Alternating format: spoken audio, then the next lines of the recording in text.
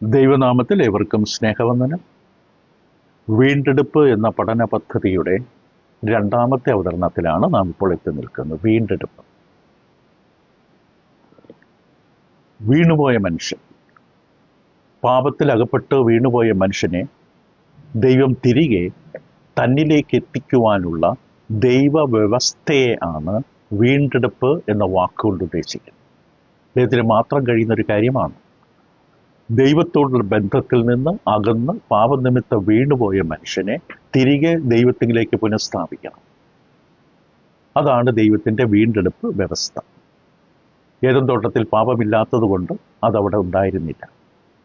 പാപം പ്രവേശിച്ചപ്പോൾ ഈ ആവശ്യവും ഉണ്ടായി.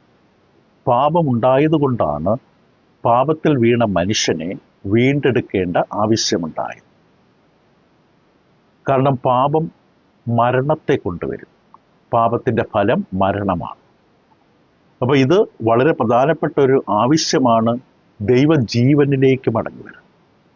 ദൈവത്തിൻ്റെ ജീവൻ നിത്യജീവനിലേക്ക് മനുഷ്യൻ പുനഃസ്ഥാപിക്കപ്പെടണം. ഇതാണ് മനുഷ്യൻ്റെ ഏറ്റവും വലിയ ആവശ്യം. ഭൂമിയിലുള്ള ബാക്കി ഒന്നും ഒരു അവൻ്റെ പ്രധാനപ്പെട്ട ആവശ്യമേ അല്ല. മനുഷ്യൻ്റെ ഏറ്റവും വലിയ ആവശ്യം അവൻ ദൈവത്തോടുള്ള ബന്ധത്തിൽ അഥവാ ദൈവീക ജീവനിലേക്ക് അവൻ പുനഃസ്ഥാപിക്കപ്പെടണം. ഇതിന് മനുഷ്യന് സ്വയം കഴിയില്ല. അവൻ എന്തെല്ലാം ശ്രമങ്ങൾ നടത്തിയാലും, ഏതെല്ലാം മലയിൽ കയറിയാലും, ഏതെല്ലാം ചുമട് ചുമന്നാലും, എന്തെല്ലാം പുണ്യപ്രവൃത്തികളും സൽപ്രവൃത്തികളും ചെയ്തു കൂട്ടിയാലും ഈ ലക്ഷ്യത്തിൽ അവന് എത്തുവാൻ സാധിക്കില്ല. ഇത് ദൈവം ബോധ്യപ്പെടുത്തി തരുന്നുണ്ട്. മനുഷ്യന് നടക്കുന്നവൻ്റെ പാതകളെ നേരെയാക്കാൻ കഴിയില്ല എന്ന്. നാം കുഴിക്കുന്ന കിണറുകൾ പൊട്ടക്കിണറുകളാണ്. അപ്പം ആദ്യമായി നമ്മൾ ചിന്തിക്കുമ്പോൾ ദൈവം മനുഷ്യരെ വെച്ചിരുന്ന സ്ഥാനം ഏദൻ തോട്ടത്തിൽ അനുഗ്രഹത്തിൻ്റെ പറുദീസയിൽ. അവിടെ അവർ നഷ്ടപ്പെട്ടു ജീവവൃക്ഷം. ജീവവൃക്ഷം നഷ്ടപ്പെട്ടതിനെ കുറിച്ച് നമ്മൾ കണ്ടു. ഉൽപ്പത്തി പുസ്തകം 2-15 വരെ ഇവിടെ ലളിതമായ നിബന്ധനകൾ മാത്രമേ ഉണ്ടായിരുന്നുള്ളൂ. തോട്ടത്തെ കാത്തു സൂക്ഷിക്കുക, വിലക്കപ്പെട്ട കനി തിന്നാതിരിക്കുക. പക്ഷെ ഈ ലളിതമായ കൽപ്പന പോലും കാത്തു സൂക്ഷിക്കാൻ സാധിച്ചില്ല. അതിൻ്റെ അനന്തരഫലമായി പാപവും അതിൻ്റെ ഭവിഷ്യത്തുകളും വന്നു. ഇരട്ടി മരണമാണ് സംഭവിച്ചത്. ഇരട്ടി മരണം എന്ന് പറഞ്ഞു, ഒന്ന് ദൈവത്തുള്ള കൂട്ടായ്മ നഷ്ടപ്പെട്ട ആത്മീക മരണം, രണ്ടാമത് അവൻ്റെ ജഡം തിരിച്ച് മണ്ണിലേക്ക് പോകുന്ന പ്രക്രിയ ആരംഭിച്ചു. ഇരട്ടി മരണത്തിന് മനുഷ്യൻ നേരിട്ടു. അവൻ്റെ ശരീരം വീണ്ടും പൊടിയിലേക്ക് തിരിച്ചു പോകുന്ന പ്രക്രിയ ആരംഭിച്ചു. അപ്പോൾ പാപത്തിൻ്റെ ഭവിഷ്യത്ത് മാത്രമല്ല, ഒരു വലിയ നിയമം ഉത്ഭവിച്ചു. പാപവും മരണവും എന്ന നിയമം. ആ നിയമം ഇന്നും നിലനിൽക്കുന്നു. പാപം മരണം കൊണ്ടുവരുന്ന നിയമം.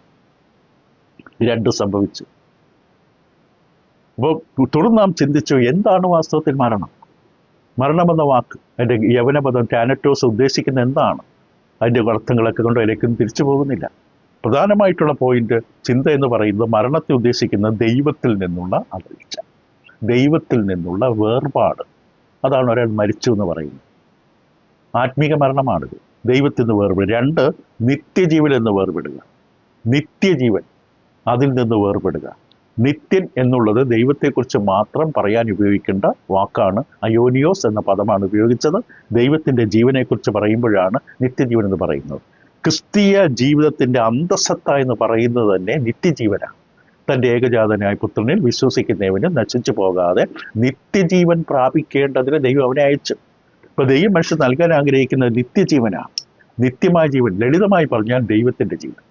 ദൈവമാണ് നിത്യൻ. ദൈവം മാത്രമാണ് നിത്യനായതുകൊണ്ട് ദൈവത്തിൻ്റെ ജീവനാണ് നിത്യജീവൻ. ഈ ജീവനുമായിട്ടൊരു പങ്കാളിത്തമാണ് ദൈവം മനുഷ്യന് വെച്ചത്, നൽകിയത്. ദൈവത്തിൻ്റെ ജീവനുമായി മനുഷ്യൻ പങ്കാളിയാകുക. ഈ അനുഗ്രഹമാണ് നഷ്ടപ്പെടുത്തിയത്. അപ്പോൾ രണ്ട് ജീവനും ദൈവത്തിൽ നിന്നാണ്. ഭൗതിക ജീവനും ദൈവത്തിൽ നിന്നാണ്. ദൈവം മനുഷ്യൻ്റെ ആ പൊടിയിൽ നിന്നുണ്ടാക്കിയ രൂപത്തിലേക്ക് ദൈവം ജീവശ്വാസം മൂടി അവൻ ജീവനുള്ള ദൈവമായി തീർന്നു. അപ്പം മനുഷ്യൻ്റെ ഭൗതിക ജീവനും ആത്മീയ ജീവനും ദൈവത്തിൽ നിന്നുള്ളതാണ്. ആത്മീയ ജീവിതം എന്ന് പറയുന്നത് അത് നിത്യാത്മാവായ ദൈവത്തിൽ നിന്ന് വരുന്ന ജീവനാണ്. അതുകൊണ്ടാണ് 1 യോഹന്നാൻ്റെ പുസ്തകത്തിൽ അതിൻ്റെ 2-ാം വാക്യം, യോഹന്നാൻ്റെ 1-ാം ലേഖനം അതിൻ്റെ 1-ാം അധ്യായത്തിൻ്റെ 2-ാം വാക്യം ഇങ്ങനെ എഴുതി: ഞങ്ങളുടെ കൈ തൊട്ടതുമായ ജീവന്റെ വചനം സംബന്ധിച്ച് ജീവൻ പ്രത്യക്ഷമായി ഞങ്ങൾ കണ്ട് സാക്ഷീകരിക്കുകയും പിതാവിനോട് കൂടെ ഇരുന്ന് ഞങ്ങൾക്ക് പ്രത്യക്ഷമായ നിത്യജീവൻ. ഇപ്പൊ പിതാവിനോട് കൂടെ ഇരുന്ന്, ഇപ്പൊ നിത്യജീവൻ പിതാവിനോട് കൂടെ ഇരുന്നു. യേശുവിനെ തന്നെയാണ് അവതരിപ്പിക്കുന്നത്. ജീവൻ പ്രത്യക്ഷമായി നമുക്ക് നമ്മുടെ നടുവിലേക്ക് ദൈവപുത്രനായ കർത്താവ് കടന്നു വന്നതിന് ഈ ജീവൻ തരാനാണ്, ജീവന്റെ വാതിൽ തുറന്നു തരാനാണ്. പിതാവിനോട് കൂടെ ഇരുന്ന നിത്യജീവൻ. ഇവിടെ അപ്പോസ്തലന്മാർ എഴുതുമ്പോൾ അപ്പോസ്തലന്മാർ വളരെ വ്യക്തമായി അതിൻ്റെ 1 മുതൽ 4 വാക്യങ്ങൾ കൃത്യമായി പറഞ്ഞു. ആദ്യം മുതലുള്ളതും ഞങ്ങൾ കേട്ടതും സ്വന്തം കണ്ണുകൊണ്ട് കണ്ടതും ഞങ്ങൾ നോക്കിയത് ഞങ്ങളുടെ കൈ തൊട്ടതാണ്. കർത്താവ് യേശുവുമായിട്ടുള്ള ഇടപഴകലിൻ്റെ ആ അനുഭവത്തെക്കുറിച്ച് പറയുകയാണ്. തൊട്ടതുമായ ജീവന്റെ വചനം സംബന്ധിച്ച് ഇവിടെ കർത്താവ് യേശുവിൻ്റെ സാന്നിധ്യം നിത്യജീവനിലേക്കുള്ള അനുഭവത്തിൻ്റെ സാന്നിധ്യമാണ്. ജീവൻ പ്രത്യക്ഷമായി ഞങ്ങൾ കണ്ട് സാക്ഷീകരിക്കുകയും പിതാവിനോട് കൂടെ ഇരുന്ന് ഞങ്ങൾക്ക് പ്രത്യക്ഷമായി നിത്യജീവനെ നിങ്ങളോട് അറിയിക്കും. ഞങ്ങൾക്ക് പ്രത്യക്ഷമായ നിത്യജീവനെ നിങ്ങളോട് അറിയിക്കുകയും ചെയ്യുന്നു. ഞങ്ങൾ കണ്ടും കേട്ടുമുള്ളത് നിങ്ങൾക്ക് ഞങ്ങളോട് കൂട്ടായ്മ ഉണ്ടാകേണ്ടതിന് നിങ്ങളോടും അറിയിക്കുന്നു. ഞങ്ങളുടെ കൂട്ടായ്മയോ പിതാവിനോടും അവൻ്റെ പുത്രൻ യേശുക്രിസ്തുവിനോടുമാകുന്നു. നമ്മുടെ സന്തോഷം പൂർണ്ണമാകാൻ നിങ്ങളോട് അറിയിച്ചിരിക്കുന്നവർ. അപ്പം ദൈവത്തോടുള്ള ബന്ധം, അതാണ് ഈ കൂട്ടായ്മ, അതാണ് ഈ നിത്യജീവൻ്റെ അനുഗ്രഹം. അതാണ് നമ്മുടെ ഏറ്റവും പ്രധാനപ്പെട്ട വിഷയവും. ദൈവമായുള്ള ബന്ധം, ദൈവജീവനുമായുള്ള ബന്ധം, സാധാരണ ജീവനല്ല, ദൈവിക ജീവനുമായുള്ള ബന്ധം. അപ്പോൾ സംഭവിച്ച മൂന്നാമത്തെ കാരണം, ആദ്യത്തെ നമ്മൾ കണ്ടു, ഒന്നാമത്തത് മരണമെന്ന് പറയുമ്പോൾ അതിൻ്റെ അർത്ഥം ദൈവത്തിൽ നിന്നുള്ള വേർപാട്, 2 നിത്യജീവനുള്ള വേർപാട്, 3 ദൈവമായുള്ള കൂട്ടായ്മയിൽ നിന്നുള്ള വേർപാട്. ദൈവമായുള്ള കൂട്ടായ്മയിൽ നിന്ന് മനുഷ്യൻ, ദൈവമായുള്ള കൂട്ടായ്മ, ആ വാക്ക് എത്ര മനോഹരമാണ്. യവനപദം കൊയിനോനിയ എന്നുള്ളതാണ്. അത് പല അർത്ഥമുണ്ട്. 1 Corinthians 10:16 കൂട്ടാളി, കൂട്ടായ്മ എന്നൊക്കെ വാക്ക് ഉപയോഗിക്കുന്നുണ്ട്. 1 Corinthians 10:16, റോമർ 15:26-27 നിങ്ങളുടെ ആത്മീയ നന്മ കൂട്ടാളികൾ, അവിടെയും ഈ വാക്കാണ് ഉപയോഗിച്ചിരിക്കുന്നത്. പങ്കിടൽ, പങ്കാളിത്തം എന്നൊക്കെ പല അർത്ഥങ്ങളുണ്ട്. ഇപ്പം നാം ഒരാൾക്ക് അല്പം സാമ്പത്തിക സഹായം കൊടുക്കുകയോ ഒരു വസ്ത്രം കൊടുക്കുകയോ ചെയ്യുമ്പോൾ നാം നമുക്കുള്ളതിൽ നിന്ന് ആ വ്യക്തിയുമായി ഒരു കൂട്ടായ്മ അനുഭവിക്കുകയാണ്, ഒരു പങ്കാളിത്തം, ഒരു ഷെയറിങ് നടക്കുകയാണ്. ഇതാണ് ദൈവജീവനുമായി നമുക്കുള്ള അനുഗ്രഹം. ദൈവം തൻ്റെ ജീവൻ നാമുമായി പങ്കുവെക്കുകയാണ്.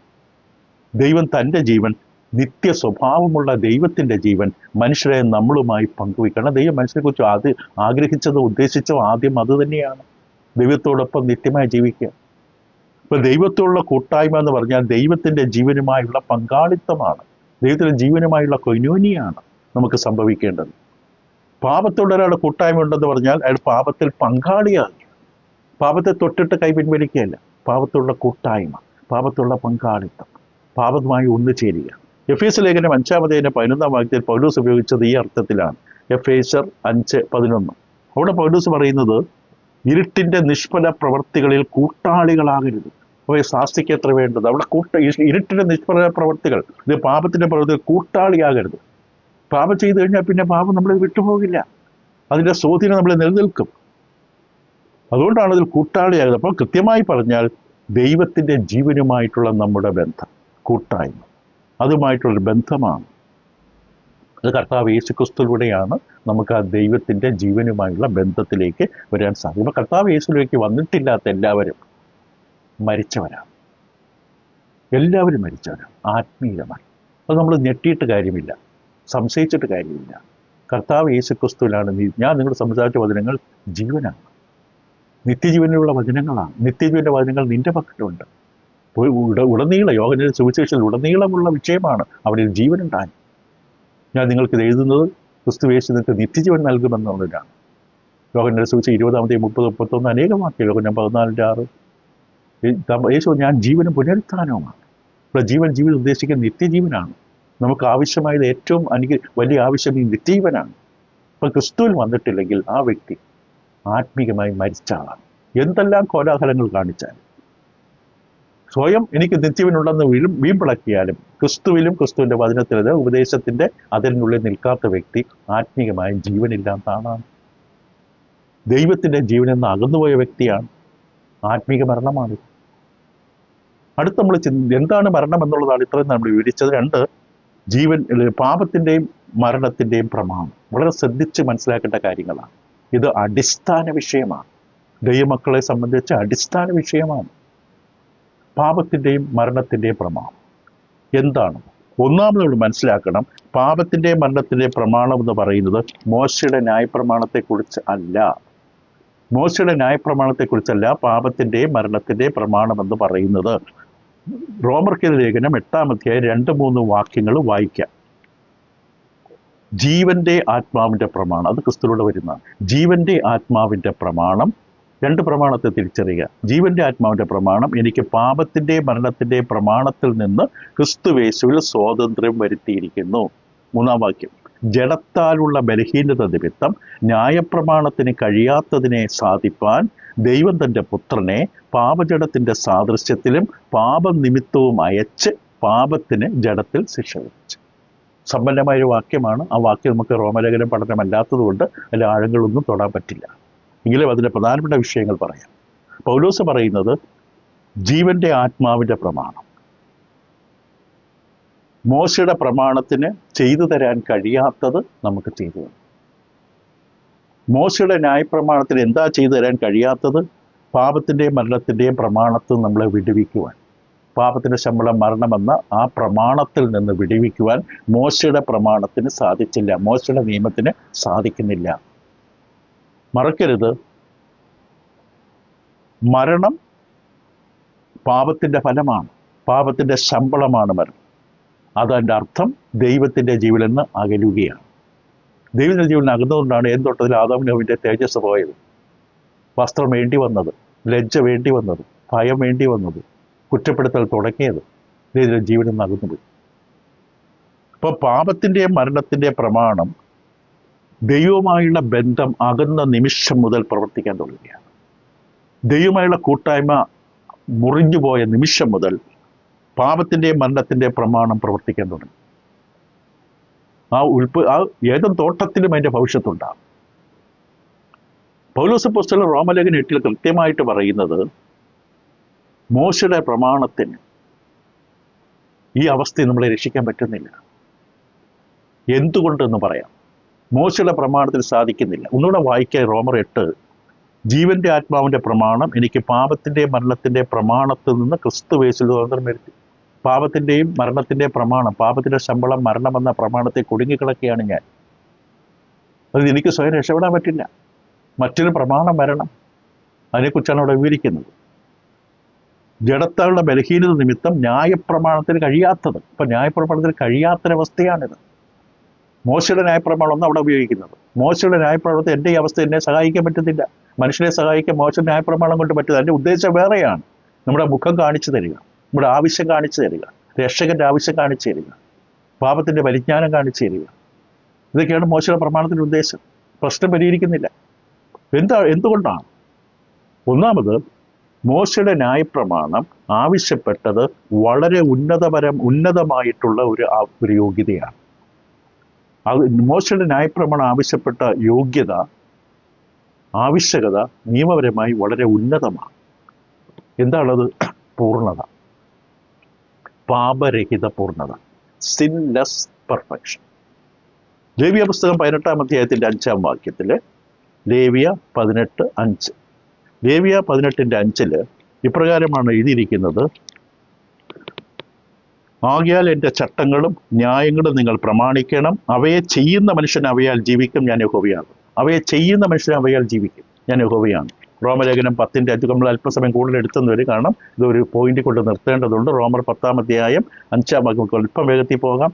റോമർ 10-ാം അധ്യായത്തിൻ്റെ 5-ാം വാക്യം പറയുന്നത് ന്യായപ്രമാണത്തിലുള്ള നീതി സംബന്ധിച്ച് അത് ചെയ്ത മനുഷ്യൻ അതിനാൽ ജീവിക്കുമെന്ന് എഴുതിയിരിക്കുന്നുവല്ലോ. ഗലാത്യ ലേഖനം 3:12 വാക്യം കൂടെ ചേർത്ത് വായിക്കാം. ഗലാത്യർ 3:12. അവിടെ പൗലോസ് അപ്പോസ്തലന്റെ വാക്കുകൾ ഇപ്രകാരമാണ്: ന്യായപ്രമാണത്തിനോ വിശ്വാസമല്ല ആധാരമായിരിക്കുന്നത്, അത് ചെയ്യുന്നവൻ അതിനാൽ ജീവിക്കുമെന്നുണ്ടല്ലോ. ന്യായപ്രമാണം പ്രവൃത്തിയാണ്, ചെയ്യുന്നവൻ അതിനാൽ ജീവിക്കും. പക്ഷെ ദൈവത്തിൻ്റെ ആത്മാവിലൂടെ എഴുതപ്പെട്ട തിരുവചനം വ്യക്തമായി പറയുന്നത് നാം പാപികളാണ്, മനുഷ്യർ പാപികളാണ്, ലക്ഷ്യം തെറ്റിയവരാണ്. മാത്രമല്ല, മനുഷ്യൻ്റെ ഈ ജഡം, ആദാമിൻ്റെ പാപത്തിൻ്റെ അനന്തരഫലമായി മനുഷ്യൻ ലഭിച്ചത് ഈ ജഡത്തിന് ദൈവം ആവശ്യപ്പെട്ട ഈ നിലവാരത്തിൽ എത്തുവാൻ കഴിയില്ല. ഈ ജഡത്താലുള്ള ബലഹീനത നിമിത്തം ആദാം പാപം ചെയ്തതിനു ശേഷം ആ ജഡത്തിന് മാറ്റമാണ്. തേജസ് നഷ്ടപ്പെട്ടു, മരണത്തിലേക്കുള്ള യാത്ര തുടങ്ങി, ലജ്ജ കൊണ്ട് മൂടിയ കുറ്റബോധം തുടങ്ങി. ആ ജഡാവസ്ഥയിൽ ദൈവം ആവശ്യപ്പെട്ട ഉന്നത നിലവാരത്തിലെത്താൻ ഈ ജഡത്തിൽ ജീവിക്കുന്ന മനുഷ്യനെ കൊണ്ട് പറ്റില്ല. റോമലേഖനം 7-ാം അധ്യായം വളരെ വ്യക്തമായിട്ട് അത് കാണിച്ചു തരും. റോമർ 7:10 പറയുന്നത്, ഇങ്ങനെ ജീവനായി ലഭിച്ചിരുന്ന കൽപ്പന എനിക്ക് മരണഹേതുവായി തീർന്നുവെന്ന് ഞാൻ കണ്ടു. റോമർ 7:14 ന്യായപ്രമാണം ആത്മീയം അറിയുന്നു, ഞാനോ ജഡമയൻ പാപത്തിന് ദാസനായി വിൽക്കപ്പെട്ടവൻ തന്നെ. അതിൻ്റെ 22-24 റോമർ 7. ഞാൻ ഉള്ളം കൊണ്ട് ഞാൻ ദൈവത്തിൻ്റെ ന്യായപ്രമാണത്തെ രസിക്കുന്നു, എങ്കിൽ എൻ്റെ ബുദ്ധിയുടെ പ്രമാണത്തോട് പോരാടുന്ന വേറൊരു പ്രമാണം ഞാൻ എൻ്റെ അവയവങ്ങളിൽ കാണുന്നു. അതെൻ്റെ അവയവങ്ങളിലുള്ള പാപപ്രമാണത്തിൽ എന്നെ ബദ്ധനാക്കി കളയുന്നു. അയ്യോ, ഞാൻ അരിഷ്ട മനുഷ്യൻ, ഈ മരണത്തിന് അധീനമായ ശരീരത്തിൽ തന്നെ ആർ വിടുവിക്കും. അപ്പോൾ ഈ ജഡം, അതിൻ്റെ ബലഹീനത, അത് മാത്രം തിരിച്ചറിയുക. ഈ വാക്യങ്ങൾ പെട്ടെന്ന് നമുക്ക് വിശദീകരിക്കാൻ പറ്റിയെന്ന് വരില്ല. യാക്കോബ് 3:2 യാക്കോബ് പറഞ്ഞത്, നാം എല്ലാവരും പലതിലും തെറ്റിപ്പോകുന്നു. ഒരുത്തൻ വാക്കിൽ തെറ്റാതിരുന്നാൽ അവൻ ശരീരത്തെ മുഴുവനും കടിഞ്ഞാണിട്ട് നടത്തുവാൻ ശക്തനായ സൽഗുണപൂർത്തിയുള്ള പുരുഷനാകുന്നു. നാം വാക്കിൽ തെറ്റിപ്പോകുന്നു, സകലത്തിൽ തെറ്റിപ്പോകുന്നു. യോഹന്നാന്റെ 1-ാം ലേഖനം 1-8 മുതൽ 10 വരെ എല്ലാം പോകിയിട്ട് വാക്യങ്ങളുടെ ഉപസംഹാരം, അതിൻ്റെ പ്രധാന അന്തസത്ത മാത്രം തൽക്കാലം കാണുക. യോഹന്നാന്റെ 1-ാം ലേഖനം 1-8 മുതൽ 10 വരെ. നമുക്ക് പാപമില്ല എന്ന് നാം പറയുന്നുവെങ്കിൽ നമ്മെ തന്നെ വഞ്ചിക്കുന്നു, സത്യം നമ്മളില്ലാതെ. എൻ്റെ 10-ാം വാക്യം, നാം പാപം ചെയ്തിട്ടില്ല എന്ന് പറയുന്നുവെങ്കിൽ അവനെ അസത്യവാദിയാക്കും. അപ്പൊ ഈ ജഡം ആദാം പാപം ചെയ്തതിന് ശേഷം മനുഷ്യവർഗത്തിൽ ലഭിച്ചത് അതിന് മുമ്പുള്ള ജഡമല്ല. ആദാം പാപത്തിൽ വീണുപോയതിനു ശേഷം ജഡത്തിൽ വന്ന മാറ്റം, അതിനനുസരിച്ചുള്ള മാറ്റമാണ് എല്ലാ മനുഷ്യർക്കുമുള്ളത്. മനുഷ്യർ ജഡരക്തങ്ങളോടുകൂടി, മക്കൾ ജഡരക്തങ്ങളോടുകൂടിയവരായുണ്ട്. അപ്പോൾ ദൈവത്തിൻ്റെ പ്രമാണം വ്യക്തമായി പറയുന്നത് ഈ പാപരഹിത പൂർണ്ണത, സിൻലെസ് പെർഫെക്ഷൻ, അത് മനുഷ്യ ശരീരത്തിൽ ഈ അവസ്ഥയിൽ നമുക്ക് ഒരിക്കലും എത്ര ശ്രമിച്ചാലും, ശരീരം കീറി മുറിച്ച് പച്ചക്കറി മാത്രം തിന്ന് മലയുടെ മുകളിൽ പോയി പട്ടിണി കിടന്ന് താടിമുടി നീട്ടി വളർത്ത് കാവ്യവസ്ത്രം ധരിച്ച് കാഷായം ധരിച്ച് പൊടിവാരി എറിഞ്ഞ് നഗ്നനായി നടന്ന് ചെരിപ്പടർന്ന് എന്തെല്ലാം കഠിനാധ്വാനം ചെയ്താലും ഈ ജഡത്തിലായിരിക്കുന്ന മനുഷ്യന് ദൈവം ആവശ്യപ്പെടുന്ന ഉന്നത നിലവാരത്തിൽ എത്താൻ കഴിയുന്നതാണ് ലളിതമായി പറഞ്ഞത്. മോശയുടെ നിയമവും നമ്മളെ സഹായിക്കാൻ പറ്റുന്നില്ല. മോശയുടെ നിയമം ആവശ്യപ്പെടുന്ന ഉന്നത നിലവാരം ചെയ്യാൻ നമ്മളെ കൊണ്ട് പറ്റാത്ത അവസ്ഥയിൽ നമ്മൾ കുറ്റം മോശയുടെ നിയമത്തിനല്ല. ന്യായപ്രമാണം നല്ലതാണ്, ദൈവത്തിൽ തന്നതാണ്. ന്യായപ്രമാണത്തിനല്ല കുറ്റം. പക്ഷെ മനുഷ്യന് ചെയ്യാൻ പറ്റുന്നില്ല ഈ ജഡത്തിലായതുകൊണ്ട്. ന്യായപ്രമാണം നമ്മെ നീതിരിക്കാൻ പറ്റുക. റോമലേഖനം 3:2 പൗലോസ് പറഞ്ഞത് കേൾക്കുക. റോമലേഖനം 3-ാം വാക്യത്തിൽ ഇപ്രകാരമാണ് പൗലോസ് പറയുന്നത്. റോമർ 3:20 പറയുന്നു, അതുകൊണ്ട് ന്യായപ്രമാണത്തിൻ്റെ ന്യായപ്രമാണം പ്രവൃത്തികളാണ്. ന്യായപ്രമാണം ഇത് എൻ്റെ വചനങ്ങളെ കേട്ട് ചെയ്യുന്നവൻ. ഇപ്പം ന്യായപ്രമാണത്തിൻ്റെ പ്രവൃത്തികളാൽ ഒരു ജഡവും അവൻ്റെ സന്നിധി നീതീകരിക്കപ്പെടുകയില്ല. ന്യായപ്രമാണത്താൽ പാപത്തിൻ്റെ പരിജ്ഞാനം എത്ര വരുന്നത്. ദൈവം എന്തിനാണ് ന്യായപ്രമാണം തന്നത്? കണ്ണാടി മുമ്പിൽ വെച്ച് കാണിച്ചതുപോലെ നിന്റെ കുറവ് നീ കാണും, നിന്റെ മുഖം കഴുകാനുണ്ട്, നിനക്ക് പ്രശ്നങ്ങളുണ്ട്, നീ കഴുകണം. പക്ഷെ കണ്ണാടിക്ക് തന്നെ കഴുകാൻ പറ്റില്ല. ന്യായപ്രമാണം കാണിച്ചിരിക്കുകയാണ്. അതാണ് ഗലാത്യ ലേഖനം 2-ാം വാക്യത്തിൽ പൗലോസ് അപ്പോസ്തലൻ പറയുമ്പോൾ, ഗലാത്യ 2:16 വാക്യം ചിലപ്പോൾ ഒന്നുകൂടെ നിങ്ങൾ കേട്ടു നോക്കി, ഈ സന്ദേശം പ്രയോജനപ്പെടും. ഗലാത്യ 2:16, യേശുക്രിസ്തുവിലുള്ള വിശ്വാസത്താൽ അല്ലാതെ ന്യായപ്രമാണത്തിൻ്റെ പ്രവർത്തികളാൽ മനുഷ്യൻ നീതീകരിക്കപ്പെടുന്നില്ല എന്ന് അറിഞ്ഞിരിക്കൊണ്ട് നാമും ന്യായപ്രമാണത്തിൻ്റെ പ്രവർത്തികളാലല്ല ക്രിസ്തുവിലുള്ള വിശ്വാസത്തിൽ തന്നെ നീതീകരിക്കപ്പെടേണ്ടതിന് ഈ ക്രിസ്തുവേശുവിൽ വിശ്വസിച്ച് ന്യായപ്രമാണത്തിൻ്റെ പ്രവർത്തികളാൽ ഒരു ജഡവും നീതീകരിക്കപ്പെടുന്നില്ല. ഇപ്പം ന്യായപ്രമാണത്തിൻ്റെ പ്രവർത്തികളല്ല നമുക്ക് നീതീകരിക്കപ്പെടാൻ വേറൊരു പ്രമാണം വേണം, വേറൊരു പദ്ധതി വേണം. അപ്പോൾ ന്യായപ്രമാണത്താൽ പാപപരിജ്ഞാനം മാത്രമേ ഉള്ളൂ എന്നുള്ളത് അവിടെ വ്യക്തമായി കാണിച്ചിരിക്കുകയാണ്. പിന്നെ നമ്മൾ മനസ്സിലാക്കുമ്പോൾ ഒന്നാമത് നിയമപരമായി ദൈവം ആവശ്യപ്പെട്ട ആവശ്യകത ഉന്നത നിലവാരമാണ്.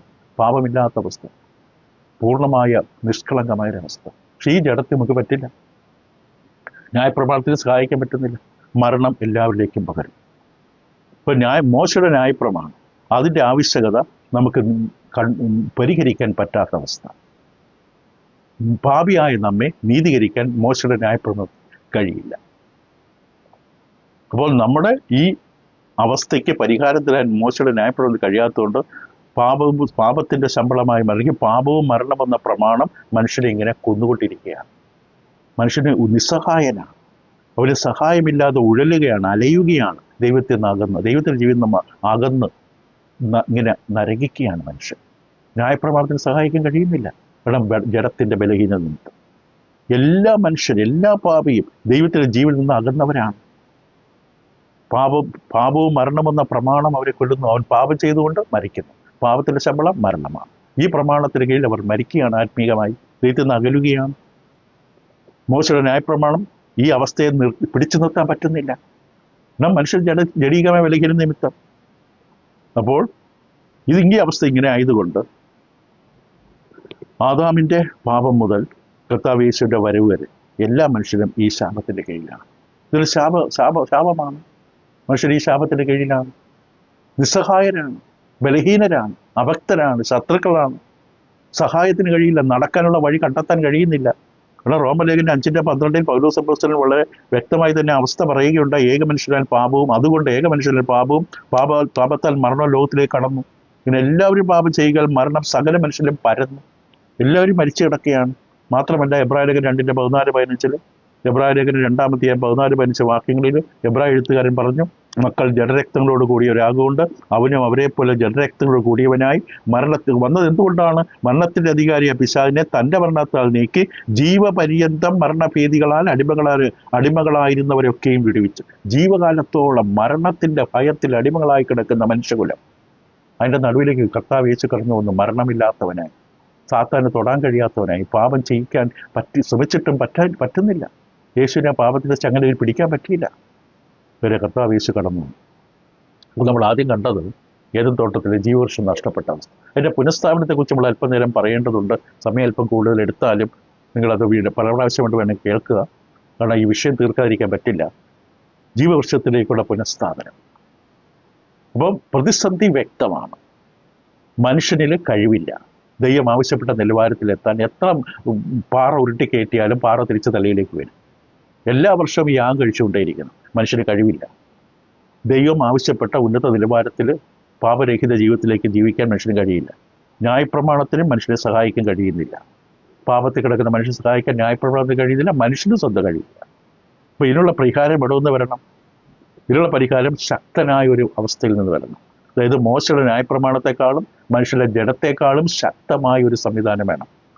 മോശയുടെ ന്യായപ്രമാണത്തിന് കഴിയാത്തതിനെ സാധിപ്പാൻ, മോശയുടെ ന്യായപ്രമാണം കൊണ്ട് നമുക്ക് ചെയ്തു തരാൻ കഴിയാത്തത് സാധിപ്പിച്ചു തരാൻ, ജഡത്തിന്റെ ബലഹീനതകളെ മറികടക്കാൻ കഴിയുന്ന ഒരു സംവിധാനം വേണം.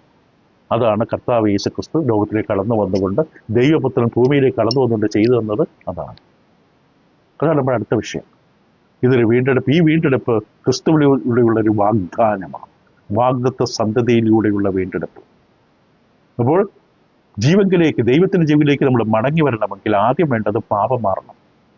പാപമുള്ളിടത്തപ്പോൾ മടങ്ങി വരാൻ പറ്റില്ല. പാപം ഉണ്ടെങ്കിൽ നീതീകരിക്കപ്പെടാൻ പറ്റില്ല, ബന്ധം പുനഃസ്ഥാപിക്കപ്പെടില്ല. പാപമുള്ള ഒരിടത്തും ആരുമായിട്ട് ബന്ധം പുനഃസ്ഥാപിക്കപ്പെടില്ല. പാപം നീതീകരിക്കപ്പെടണം. കാരണം പാപത്തിന്റെ ശമ്പളം മരണമാണ്. റോമർക്ക് ലേഖനം 6-ാം വാക്യത്തിൽ ദൈവത്തിന്റെ ആത്മാവ് വളരെ വ്യക്തമായിട്ട് തന്നെ പൗലോസിലൂടെ പറയുകയുണ്ടായി, പാപത്തിന്റെ ശമ്പളം മരണമത്ര, ദൈവത്തിന്റെ കൃപാവരമോ നമ്മുടെ കർത്താവ് യേശുക്രിസ്തു നിത്യജീവൻ തന്നെ. ദൈവം നമുക്ക് തരുന്ന കൃപയാണ്, വരമാണ് നിത്യജീവൻ. കാരണം പാപത്തിന്റെ ശമ്പളം മരണമാണ്. ഇപ്പൊ പാപത്തിന്റെ ശക്തി മാറണം, പാപത്തിന്റെ ബന്ധനങ്ങൾ പൊട്ടണം, എങ്കിൽ മാത്രമേ നമുക്ക് നിത്യജീവൻ പ്രവേശിക്കുള്ളൂ. അത് 2 തിമോത്തിയോസ് 1:10 പൗലോസ് തിമോത്തിയോസിനെ എഴുതുമ്പോൾ 1-10 വാക്യം പറഞ്ഞു, ഇപ്പോൾ മരണം നീക്കുകയും സുവിശേഷം കൊണ്ട് ജീവനും അക്ഷയതയും വെളിപ്പെടുത്തുകയും ചെയ്ത നമ്മുടെ രക്ഷിതാവായ യേശുക്രിസ്തുവിന്റെ പ്രത്യക്ഷതയാൽ വെളിപ്പെട്ടിരിക്കുന്നതുമായ തന്റെ സ്വന്തം നിർണയത്തിനും കൃപയ്ക്കും ഒത്തവണ്ണം അത്രേ. ഇപ്പം മരണം നീക്കിയപ്പോൾ ജീവൻ വന്നു. ആ നിത്യജീവൻ, ദൈവത്തിന്റെ ജീവനിലേക്ക് വരാനുള്ള വഴി. അപ്പോൾ ക്രിസ്തുവാണ് ഈ വാഗ്ദത്ത സന്തതി. ഹവ്വ ഭൂമിയിലുള്ള സകല മനുഷ്യരുടെ അമ്മയാണ്. ഹവ്വയുടെ മക്കളിൽ ദൈവം തിരഞ്ഞെടുത്ത അബ്രഹാമിനെയാണ്. ദൈവം അബ്രഹാമിനെ തിരഞ്ഞെടുത്ത് പറഞ്ഞ അബ്രഹാമിലൂടെയാണ് ആ സന്തതി വരേണ്ടത്. അബ്രഹാമിൽ നിന്ന പൂർവ്വപിതാവിലൂടെ. അബ്രഹാം ഹാരാനിൽ വെച്ച്, അബ്രഹാം ഹാരാനിലായിരിക്കുമ്പോൾ തന്നെ കനാന് വടക്കുള്ള ഹാരാനിൽ വെച്ച് ദൈവം അബ്രഹാമിനെ പ്രത്യക്ഷപ്പെടുമ്പോൾ ഉൽപ്പത്തി പുസ്തകം 12-ാം വാക്യത്തിൽ ശ്രദ്ധിക്കുക. ഞാൻ വേഗത്തിൽ പോകുന്നുണ്ട്, നിങ്ങൾ കാണേണ്ട കാര്യങ്ങൾ കാണാതെ, കേൾക്കേണ്ട കാര്യങ്ങൾ കേൾക്കാതെ പോകരുത്. ഉൽപ്പത്തി 12:3 ദൈവം അബ്രഹാമിനോട് പറഞ്ഞു, നിന്നെ അനുഗ്രഹിക്കുന്നവരെ ഞാൻ അനുഗ്രഹിക്കും, നിന്നെ ശപിക്കുന്നവരെ ഞാൻ ശപിക്കും, നിന്നിൽ ഭൂമിയിലെ സകല വംശങ്ങളും, ഇംഗ്ലീഷിൽ ഫാമിലീസ്, സകല വംശങ്ങളും അനുഗ്രഹിക്കപ്പെടും. കുറച്ച് നാൾ കഴിഞ്ഞിട്ട് അബ്രഹാമിന്റെ വീണ്ടും ഇതേ വാഗ്ദാനം ഓർമ്മിപ്പിക്കുമ്പോൾ ഉൽപ്പത്തി പുസ്തകത്തിന്റെ 22-ാം അധ്യായം, ഉൽപ്പത്തിയുടെ പുസ്തകം 22-ാം അധ്യായത്തിന്റെ 18-ാം വാക്യത്തിലെ ഇസ്ഹാക്കിനെ യാഗം കഴിക്കാൻ മനസ്സ് കാണിച്ച അബ്രഹാമിനോട് ദൈവം പറഞ്ഞു, നീ എൻ്റെ വാക്ക് അനുസരിച്ചതുകൊണ്ട് നിന്റെ സന്തതി മുഖാന്തരം ഭൂമിയിലുള്ള സകല ജാതികളും അനുഗ്രഹിക്കപ്പെടുമെന്ന് ഞാൻ എന്നെക്കൊണ്ട് തന്നെ സത്യം ചെയ്തിരിക്കുന്ന യഹോവ അരുളിച്ചെയ്തു. ആദ്യം പറഞ്ഞു സകല വംശങ്ങളും, 2 സകല ജാതികളും. അപ്പൊ ദൈവത്തിന്റെ വാഗ്ദാനം സർവ്വലോകത്തിന് വരാൻ പോകുന്ന അനുഗ്രഹത്തെക്കുറിച്ചാണ്. ഒരു പ്രദേശത്ത് മാത്രമല്ല, സർവ്വലോകീയമായ അനുഗ്രഹത്തെക്കുറിച്ചാണ്. സകല വംശങ്ങളും സകല ജാതികളും അബ്രഹാമിന്റെ സന്തതിയിൽ അനുഗ്രഹിക്കപ്പെടും. അബ്രഹാമിന്റെ സന്തതിയിൽ. ആ വാഗ്ദത്ത സന്തതി ആരാണെന്ന് ഗലാത്യലേഖനം 3:14 നമ്മൾ ഊഹിക്കേണ്ട യാതൊരു കാര്യവുമില്ല. ആ വാഗ്ദത്ത സന്തതി ആരാണെന്ന് അതാരാണെന്ന് അത് ക്രിസ്തുവാണെന്ന് വ്യക്തമായി ഗലാത്യ ലേഖനം 3-16 വാക്യത്തിൽ ദൈവത്തിൻ്റെ ആത്മാവ് പൗലോസ് അപ്പോസ്തലനോട് വ്യക്തമായി തന്നെ പറയും. അബ്രഹാമിനോട് പറഞ്ഞ ആ സന്തതി നിന്നിൽ എന്ന് പറയുമ്പോൾ ആ സന്തതി ആരാണ് എന്ന് ഗലാത്യർ 3:16. എന്നാൽ അബ്രഹാമിനും എൻ്റെ സന്തതിക്കും വാഗ്ദത്തങ്ങൾ ലഭിച്ചു. സന്തതികൾക്കും, പ്ലൂറലല്ല, ബഹുവചനമല്ല, സന്തതികൾക്കും എന്ന നിന്റെ സന്തതികൾക്കും എന്ന അനേകരെ കുറിച്ചല്ല, നിന്റെ സന്തതിക്കും എന്ന ഏകനെ കുറിച്ച് എത്ര പറയുന്നത്? അത് ക്രിസ്തു തന്നെ. വേറെ ഇനി ചിന്തിക്കേണ്ട കാര്യമില്ല. ദൈവം അബ്രഹാമിനോട് പറഞ്ഞ അനുഗ്രഹത്തിന്റെ ഉറവിടമായ ആ വാഗ്ദത്ത സന്തതി യേശു ക്രിസ്തുവാണ്. ഇപ്പൊ ക്രിസ്തു വാഗ്ദാനത്തിന്റെ സന്തതിയാണ്. അത് ഊഹത്തിന്റെ വിഷയമല്ല, ദൈവിക വെളിവാണ്. രണ്ടാമത്, എന്താണ് അനുഗ്രഹം? വാഗ്ദത്ത സന്തതി യേശുവാണ്. വാഗ്ദാനം ചെയ്യപ്പെട്ട അനുഗ്രഹം എന്താണ്? അത് മറ്റൊന്നുമല്ല, പാപമോചനം. അപ്പം വാഗ്ദത്ത സന്തതിയും വാഗ്ദാനം ചെയ്യപ്പെട്ട അനുഗ്രഹം കൂട്ടിക്കലർത്തരുത്. രണ്ടും തമ്മിൽ ബന്ധമുണ്ട്, രണ്ട് ചേർന്ന് പോകുന്നതാണ്. പക്ഷെ രണ്ടാണ്. വാഗ്ദത്ത സന്തതി ഒരു വിഷയം, അനുഗ്രഹം മറ്റൊരു വിഷയം. ക്രിസ്തുവാണ് വാഗ്ദത്ത സന്തതി. പാപമോചനമാണ്, പാപത്തിന്റെ വീണ്ടെടുപ്പാണ് ആ വാഗ്ദാനം ചെയ്യപ്പെട്ട അനുഗ്രഹം. അത് വചനം വ്യക്തമായി പറയും. രണ്ടു കൂട്ടർക്കും അത് വാസ്തവമാണ്. സകല ജാതികൾക്കുള്ള അനുഗ്രഹമാണ്. ആദ്യമായിട്ട് യഹൂദന്മാരോട് പത്രോസ് പ്രസംഗിക്കുന്നു. പ്രവർത്തന പുസ്തകം 3-ാം അധ്യായത്തിന്റെ പശ്ചാത്തലത്തിൽ പത്രോസ് യഹൂദന്മാരോട് പ്രസംഗിക്കുന്നു. പെന്തക്കോസ്ത് നാൾ കഴിഞ്ഞ് അല്പം കഴിഞ്ഞ ഉടൻ തന്നെ പത്രോസ് പ്രസംഗിക്കുകയാണ്. അവിടെ ദേവാലയത്തിന്റെ പശ്ചാത്തലം നിന്നുകൊണ്ട് പ്രസംഗിക്കുമ്പോൾ യഹൂദന്മാരാണ് കൂടി വന്നിരിക്കുന്നത്. അവിടെ ഈ പ്രസംഗം നടത്തിയ സമയത്ത് വ്യക്തമായി കർത്താവ് യേശുക്രിസ്തുവിനെ കാണിച്ചു കൊടുക്കും. യഹൂദന്മാരോട് പറയും, നിങ്ങൾ കാത്തിരുന്നൊരു മശിഹയുണ്ടല്ലോ, വരും ഓരോ പെരുന്നാളും നിങ്ങൾ പ്രതീക്ഷയോടെ കാത്തിരുന്ന മശിഹയുണ്ടല്ലോ, ആ മശിഹയാണ് നിങ്ങൾ കൊന്നത്. നിങ്ങൾ കൊന്ന വ്യക്തി മശിഹയായിരുന്നു. പഴയ പ്രവചനങ്ങൾ എടുത്തുകൊണ്ടാണ് പത്രോസ് കാണിച്ചു കൊടുത്തത്. പത്രോസ് വളരെ വ്യക്തമായി പഴയ പ്രവചനങ്ങളെ ഉപയോഗിക്കും. യേശുക്രിസ്തു മശിഹയാണ്. മശിഹയിൽ എല്ലാ അനുഗ്രഹങ്ങളും നിവൃത്തിയാകണം. മശിഹയാണ് വാഗ്ദത്ത സന്തതി.